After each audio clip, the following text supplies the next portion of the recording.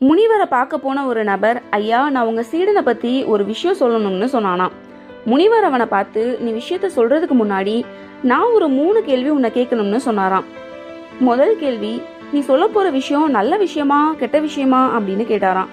அந்த நபர் சொன்னாராம், கெட்ட விஷயம் தாயா அப்படின்னு.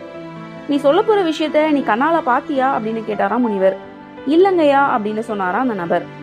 நீ இப்போ இந்த விஷயத்த என்கிட்ட சொல்றதுனால எனக்கோ இல்ல சீடனுக்கோ ஏதாவது நல்லது நடக்க வாய்ப்பு இருக்கான்னு கேட்டாராம் முனிவர். அப்படிலாம் எதுவும் இல்லையா அப்படின்னு சொன்னாராம் அந்த நபர். நீ கண்ணால பார்க்காத தவறான விஷயத்த நான் ஏன் உன்கிட்ட இருந்து கேட்கணும்னு கேட்டாராம் முனிவர். முனிவர் கிட்ட எதுவுமே பேச முடியாம அப்படியே திரும்பி போனாராம் அந்த நபர். நம்ம மனசு ஒன்னும் குப்பை தொட்டி இல்லைங்க. எதை வேணும்னாலும் கேட்டு மனசுக்குள்ள போட்டுக்கிறதுக்கு. எந்த விஷயம் தேவையோ, எது நம்ம வாழ்க்கைக்கு பயனளிக்குமோ அதை மட்டும் கேளுங்க. ஏன்னா நம்ம கேட்டு உள்ள போடுற விஷயங்கள் தான் நம்ம சிந்தனையா மாறுது. நம்ம சிந்தனைகள் தான் நாளடைவுல செயலா மாறுது.